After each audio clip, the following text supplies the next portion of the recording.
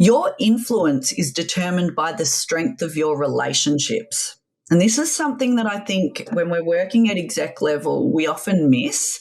We are so into the doing and, the leading and the assigning that sometimes we think, oh, I don't have time for relationships, but you don't have time to not build your profile and relationships, because there's some great research out of Harvard Business School that found the more people know and like you, the more time they give you.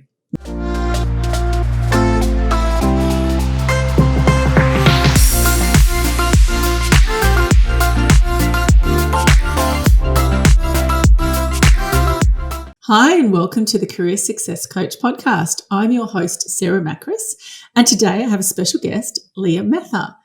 Leah, welcome. I'm so happy to have you here because I am so passionate about communication and I love your books and I've done one of your workshops. So it's a real privilege to have you here today to talk to my audience. Welcome. Thank you so much for having me, Sarah, and thanks to everyone who's listening in. Let's start because I know that you used to be a journalist, which is often where people start, either there or PR, end up in the communication space. But let's start in the newsroom because I think that I had a boss when I first started out in PR who was ex-newsroom. And the lessons I learnt from him were, really powerful in my career and they've stayed with me. So what was the newsroom experience like for you? Oh, I loved being a journalist, and you are spot on. The lessons you learn in a newsroom they still hold me in great stead today. The importance of building relationships would be front and center, because in a newsroom and as a journalist, to get a good story, it's all about building a relationship really quickly so that people feel like they can trust you, so that they open up and share their story with you. So that really flows through to the work that I do today with leaders and building trust and rapport to build influence. I would often have people say to me, gee, I shared with you more than I expected to because I just felt so comfortable. And rest assured, listeners, I am one of the good guys. I wouldn't take advantage of that, but people would open up. The other thing I learned in the newsroom was the importance of nailing a message and keeping it simple and plain speak. I think, again, great lesson in the corporate world and at executive level or in leadership. So often we overcomplicate a message and use big words and, people end up getting confused in our corporate jargon. In a newsroom as a journo, it's all about keep it simple, keep it direct, keep it plain speak, so that the broadest audience possible has an understanding of the message. And again, great lessons. And then, of course, the third one, just to finish off, how to stick to a deadline. Always a good one too. Oh, yeah, definitely. One of the ones I was drilled into me was, the importance of punctuation and never forgetting a comma and proofreading. And, that was a pretty powerful one there too. But I think also when you're at school, it's a totally different way of writing and communicating, isn't it, to what you're taught at school around having a big vocab and all of that. Totally opposite to academic writing. And interestingly, there is a shift in corporate writing these days towards more of a news style, even in report writing. And, we could go down a whole rabbit warren here, but just a quick example for listeners is, the old school way of writing a report was using the passive voice. It sounded very formal and, it's all about sounding impressive. Whereas now the report writing advice is no, active voice, keep it punchy, keep it direct. People want you to get to the point quickly. So actually we're seeing in corporate writing a real shift to some of those elements of news writing. Which is so important. So tell us about your book, The Soft is the New Hard, because that's got some really powerful communication advice in there. But let's start with what you find people's biggest challenges are around communicating. Big question. Biggest challenge when it comes to communicating, and it actually does link to my first book, Soft is the New Hard, How to Communicate Effectively Under Pressure. Back when I first started doing what I do and teaching effective communication or assertiveness skills many years ago when I first started it, I made the mistake a lot of communication trainers make, and I just focused on the tips and tricks as if just knowing the tips and tricks of how to communicate means that you'll do them. But I think we all know that knowing and doing are two different things.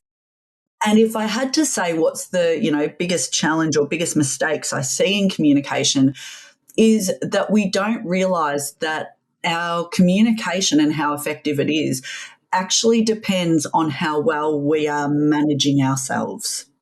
So actually, and it's the focus of the book as well, communication's the last step in the communication process. Most of the people listening to this podcast, most leaders and execs out there, you know the basics of how to communicate.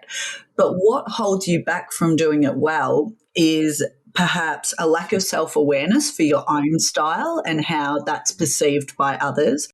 Maybe you don't have a great ability at regulating your emotions under pressure, so you fly off the handle.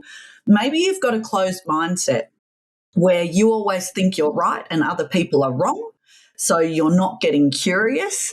And perhaps you don't take personal responsibility for your own communication and behaviour. You deny, blame and justify and think other people made you react that way. All of those things, all of those foundations, they actually help or hinder your communication success. So I actually, when I work with people, and the whole ethos of that first book is around getting those foundations right first. Because if you're self-managing and doing the thinking first before a conversation, really considering who you're dealing with and what speaks to them, then the communication bit is actually quite simple. But it's all that pre-work that you got to do first. That's really interesting. I mean, especially if you don't have self-awareness, I'm sure all of us could be better at self-awareness as well. That's something I talk about all the time. I don't care whether someone is a CEO or a new starter. No one nails communication all the time. I stuff it up all the time and I teach it for a living. It's my business. I've written 2 books on the topic. I stuff it up all the time because I'm human, and humans are emotion-driven beings. And I think we all have to come at communication, at leadership, with the humility of going, I'm going to try my best. I'm going to always be open to learning and improving. But it's not something I can ever just do a tick box and tick off and say, I did communication training once, that's me done. You're spot on. We can all improve, no matter how experienced, evolved, developed you think you are as a leader. Everyone can keep learning and do better. Some of the challenges that executives face, particularly ones that I speak to regularly, they're normally quite well loved by their teams. And you do see this across 360. The teams are normally very supportive. And so they feel quite comfortable communicating with their teams. But at times, there might be challenging personalities either above them or alongside them.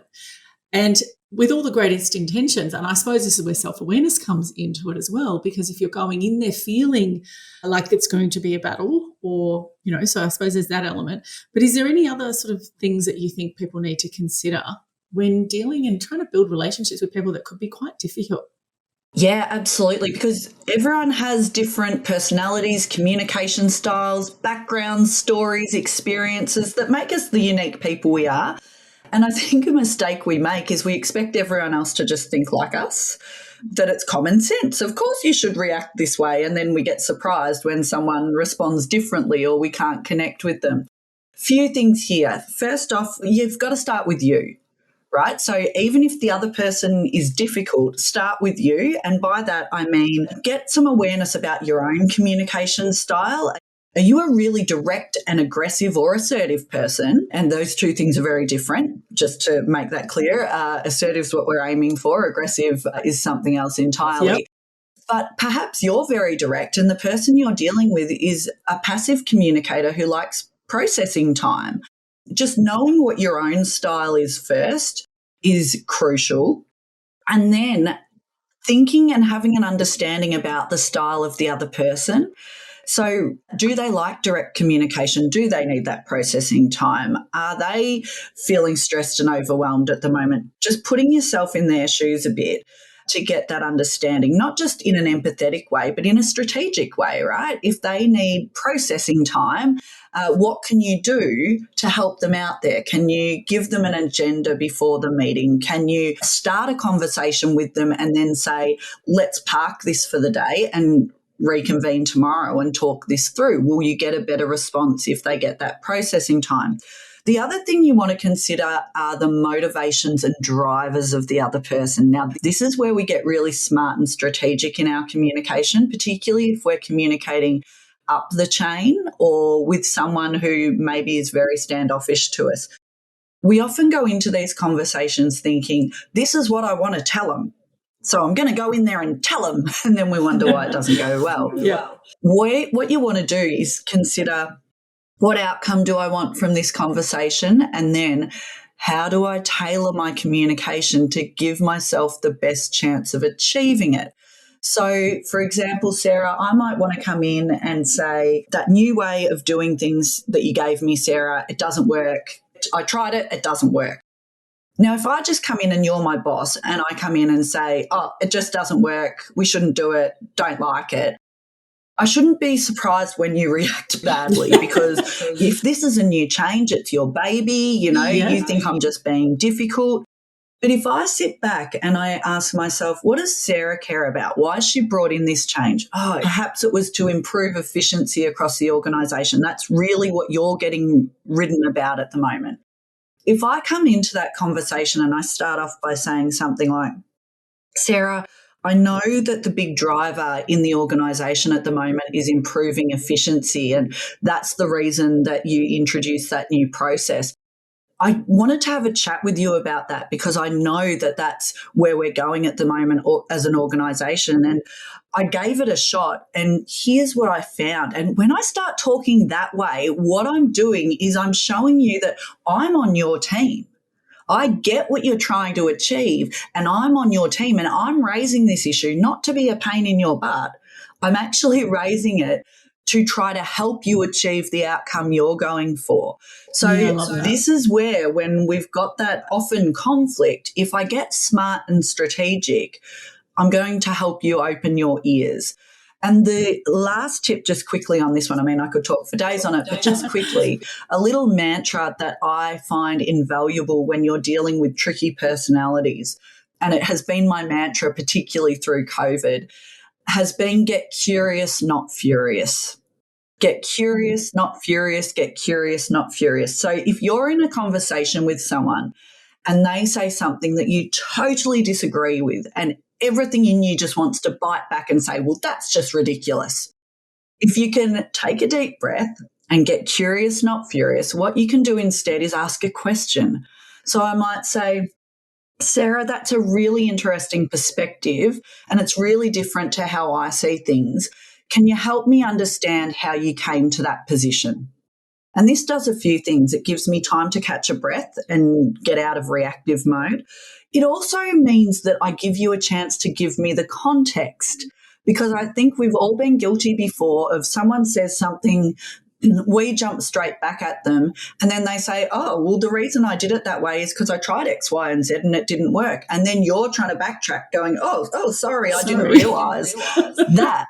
So it gives them time to give you the context. And even if I still think your idea was ridiculous, if I then say something like, okay, so I appreciate that's your perspective, Sarah, but for these reasons, I think X, Y, Z, you're more likely to listen to me because I listen to you. So get curious, not furious is a great strategy as well.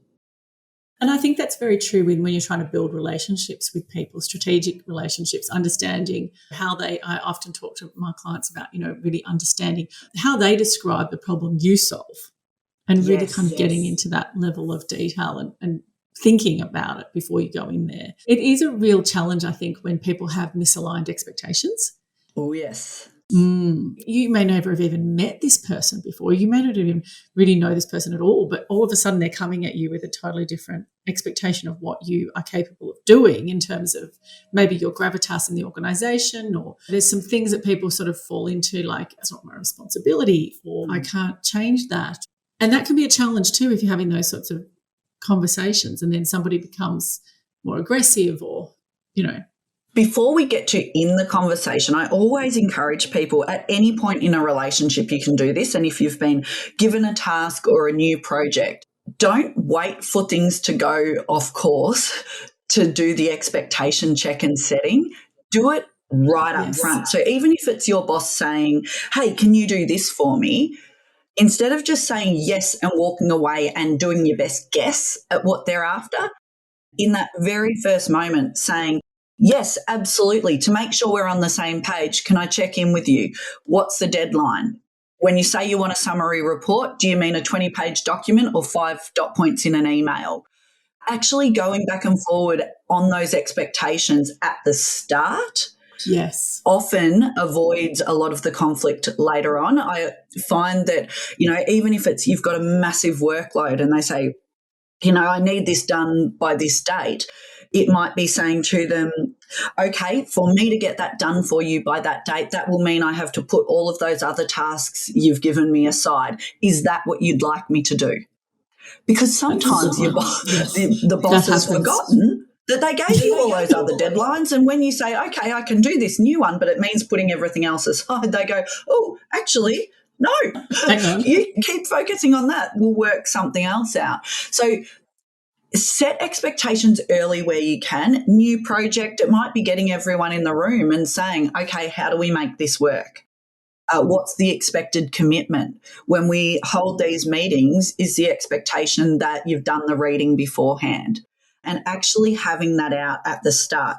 But you're right, sometimes you're in the middle of it. Someone comes in and says, I expect you to be able to do this, or they think you've got influence that you don't have, and you're put on the spot there. It is still where you can, do that bit of a check. So if the person has given you a task and they want it done now and you're thinking, I just can't do it, it is going back to them and saying, so help me understand here what we need to deliver. Yeah. And then if you can't do it for some reason, again, almost like that other conversation that we said, it's about how you go about having it. Because if I just say I can't do it, are you just the difficult person? No. Whereas if I say something like, I want to be able to help you out here, but for me to be able to do that, it requires X, Y, Z. Are you able to assist me with that? Or it might be that they're writing you for a priority, but you've got something else on and they're not aware of that. So it might be saying, I appreciate that this is the number one priority for you right now. However, I've been given a directive from the board or whoever it is that I need to deliver this. Yeah, because I see that as probably one of the most common issues in corporate, competing priorities within for execs, continuous sort of workload that just keeps being piled on. Yep. And I think this is for the work that I do, this is one of the challenges that people find is, well, I've got all this work and yet I don't have time to build my profile and, sort of look after my own interests, which is to build a profile so that you've got a runway of opportunities, should the worst happen, and also so that I can have a professional future that I keep increasing my value and so forth.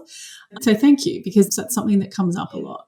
I'd love to just share a really quick story on this because I had an example that speaks to this in my first book, actually. It was a woman who worked part-time in quite a senior role, and that meant that she kept getting loaded up with the expectation of a full-time job, but she was only part-time. And she said exactly what you just raised to me. She said, I just keep getting overloaded with competing priorities. I feel like I'm drowning. My boss doesn't want to listen, just thinks I should have the capability. What should I do? So what I encouraged her to do was go away and make a list of all of the things that were on her plate and all of the priorities. And then I said to her, I want you to have a go at just putting numbers next to what you think the priority projects. Yeah. And then she organised a meeting with her boss. Don't do it over email. This is one that's, face-to-face or over Zoom or whatever it might be. And I said to her, organise a conversation with the CEO or whoever it was and say, we're trying to achieve lots of great outcomes at the moment, and I want to make sure that I'm delivering what you need. So again, smart here, you're speaking to their motivations and drivers. I want to make sure that I'm meeting your needs and delivering our core priorities at the moment. Obviously, I am part-time, so that creates a challenge as well. So what I've done is put together the list of the things that are on my plate, and I'd love to go through it to make sure my focus is on what you want my focus to be at the moment. And this does a couple of things. One, the CEO might look at the list and go, crap, that's not achievable. When I see it in black and white in front of me, actually, that's not achievable.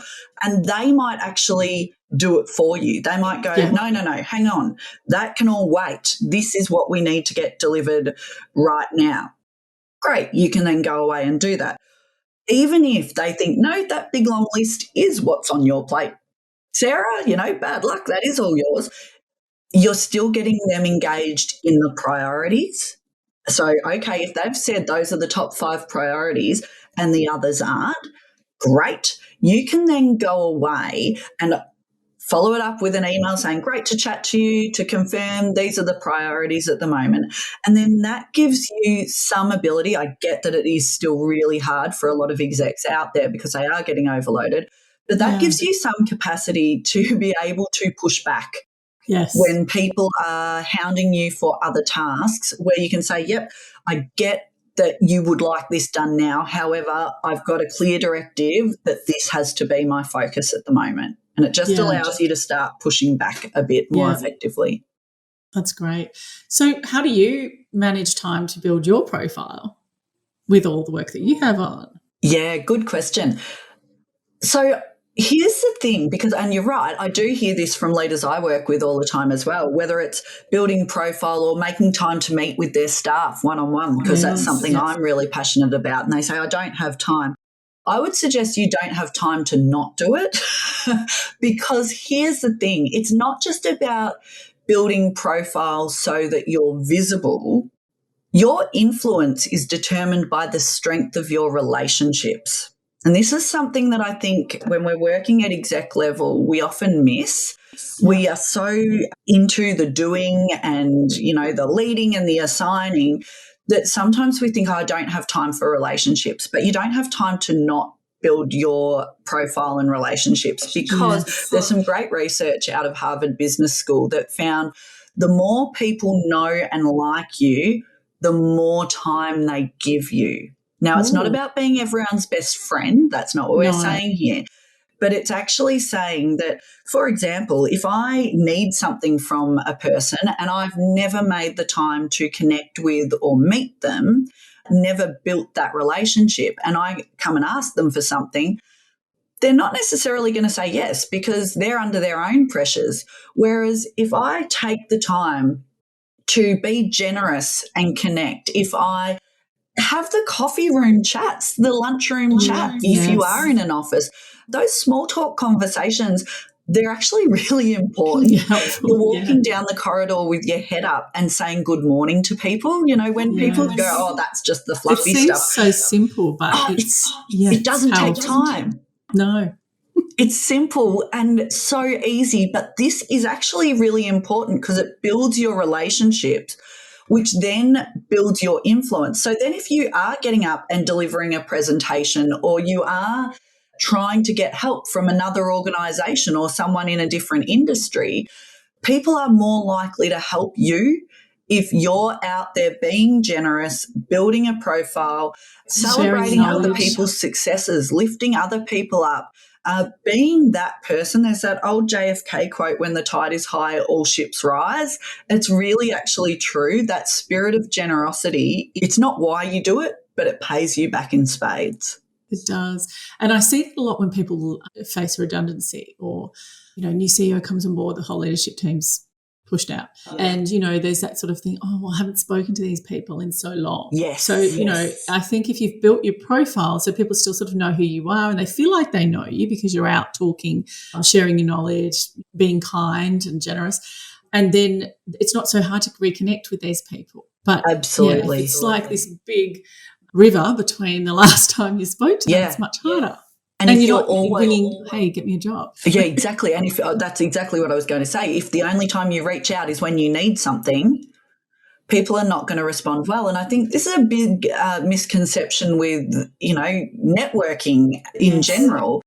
People think it's about going out there and selling yourself for the take. Actually, it's all about generosity and relationship building.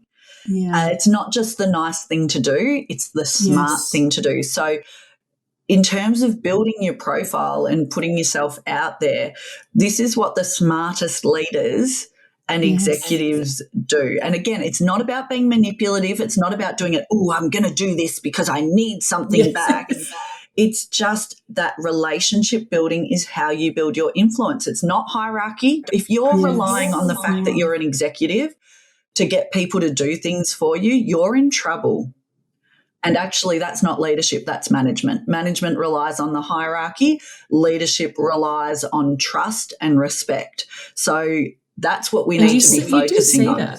You see that in organisations. You definitely see the people who rely on their title, but you also do see sometimes those people that might be a little bit more junior but seem to have so much influence and credibility. Yes. And you're right. If you scratch the surface, it's always because they've had strong relationships I've got another question for you. Okay, this one came up a few weeks ago.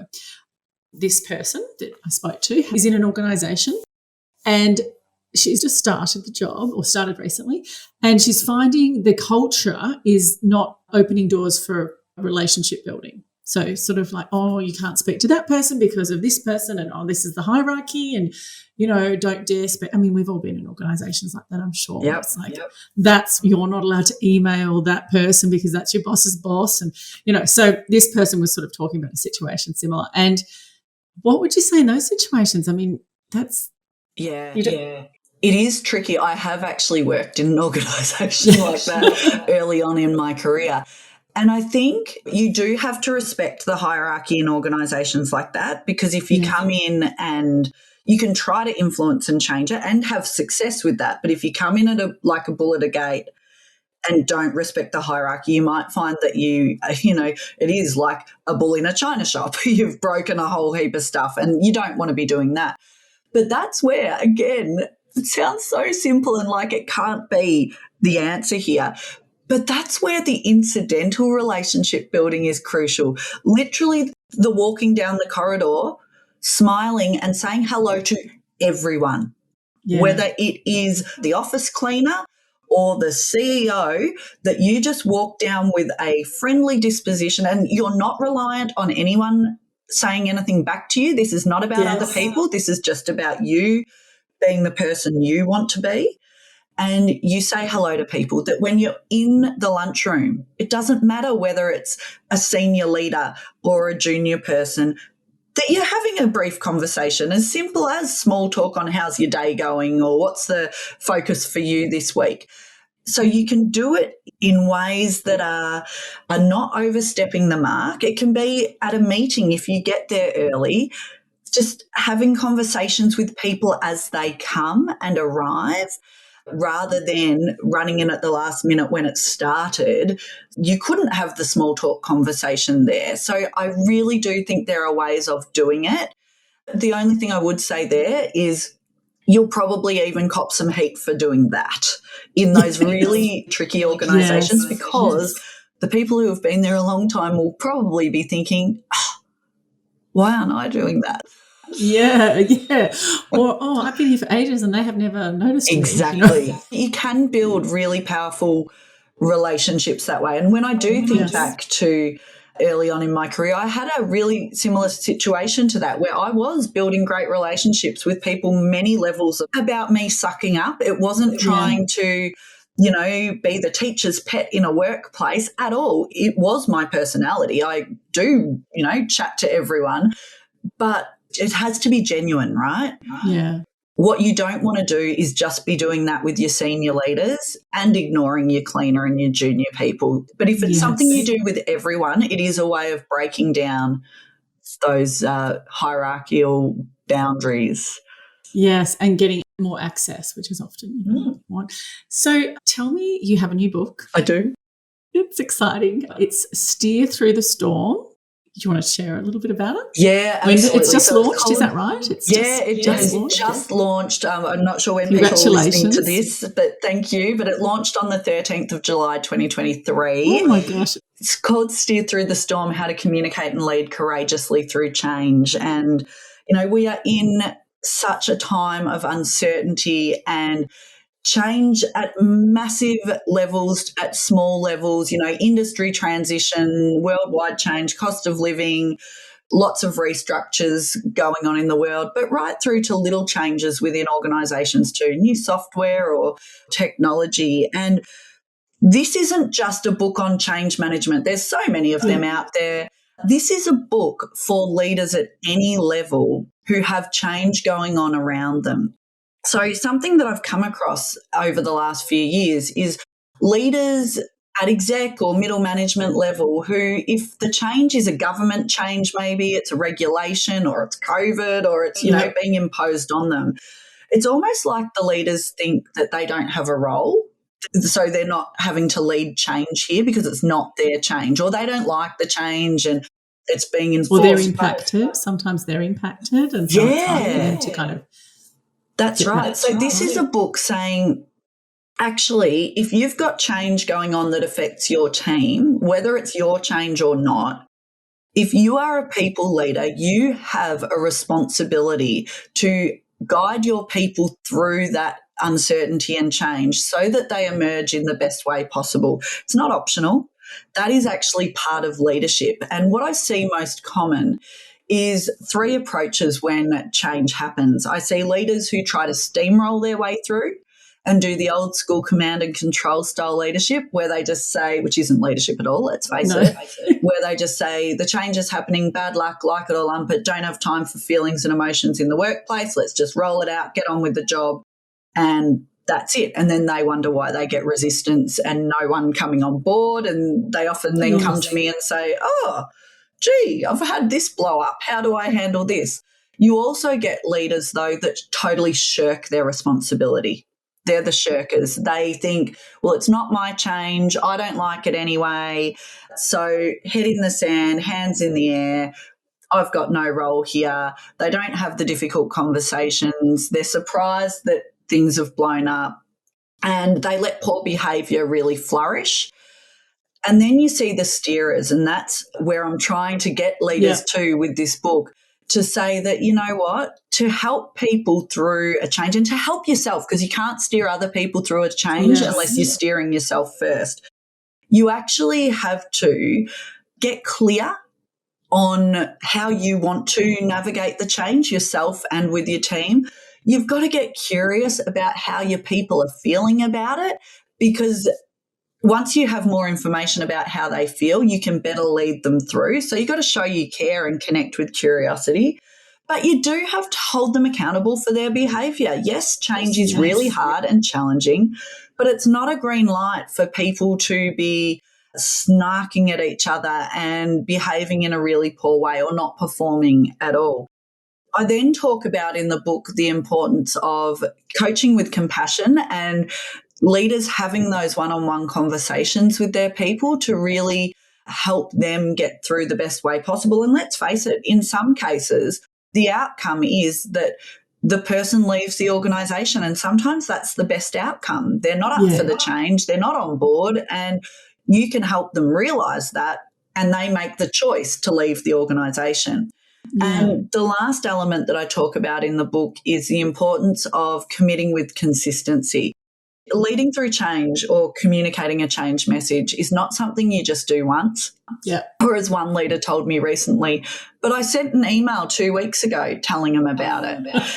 You hear that a lot, actually. That's quite, You do. And it's not like that. You've got to keep banging the drum. You've got to keep explaining the change, why it's important, how it impacts people, how you want to get through it. You've got to use stories, facts, updates, all the different elements. But it's also here the importance of consistency as a leader between your mindset, actions, and words. We've all heard that old cliche of actions speak louder than words, and it's cliche because it's true. If as a leader you are telling your team that you expect them to keep showing up and behaving appropriately during the really difficult change period and treating each other with respect. But then you're running around like a headless chook snapping at everyone. Yeah. That's not going to cut it. You've got to show up consistently. So it's great getting some great attention at a national and global scale at the moment, which is exciting. A nominee for the Career Book? The Australian Career Book of the Year. It's a finalist for. But really what I hope it does is, this is such a challenging time for so many executives and leaders. I wanted to write a really practical, plain speak book. It's got lots of scripts in it, lots of the questions to ask your people. Fantastic. That hopefully navigates through, because change is challenging, uncertainty is unnerving, but we can actually help our people to get through in a way that they come out in good shape, and it can be the making, not breaking, of you as a leader. Yes, I love that. It's such an important topic. I did a lot of restructures in a previous life, in terms of transitioning old CEOs to new CEOs into companies, and it would be a 90-day plan around communication. It wouldn't just be one email. Yeah, and something that I think, because you're spot on, we need those big change programs and plans, but even that, right? Sometimes I think leaders in organisations go, oh, yeah, so the change team's handling that, or the change consultant's handling it. So that's not a job for me. I don't have to do change. And that's what this book's about. It's going, even if you've got a whole department or team or consultants that are handling the actual management of the change, you as a people leader still have a role to play. Absolutely. Critical role. Well, that's fantastic. So congratulations on the book. It's very exciting. Where can people buy it? Yeah, so if you plug Steer Through the Storm into Google, you can pretty much buy it at any online platform. You can buy it direct from me. If you do buy it direct from me, you get a signed copy, so that's always good. You can just through my website, you can get that, which is just my name, leahmether.com.au. But it is available as an ebook, audiobook, or paperback. And I think I know that a lot of executives don't have time to sit down and read, but they're in the car quite a bit or traveling, and they do tend to consume audio content. So it's me reading the book, and if you want to consume it that way, you can too. Fantastic. Now, where can everyone find you if they want to connect? Other than your website? Easiest way, just leahmether.com.au is my website. You'll find me on LinkedIn, Facebook and Instagram as well, particularly on LinkedIn. Check me out there. I've also got a YouTube channel with years worth of a segment called Ask Leah. Every week people send me their questions and I do my best to answer it just in a short, sharp video. I get all the tricky people questions, difficult conversation questions. Yeah. And I depersonalise it. I don't throw anyone under a bus. This person from this organisation said, what do you do when your boss is a jerk? I don't do that to you folks. But, there's lots of free content out there. Check it out, and hopefully it helps you navigate the people bit, because that's the tricky part, right? It's not the technical parts of our role. It's the peopling. It always is. Yeah, you're right. Well, thanks so much, and I will see you all next week. Thanks, Leah.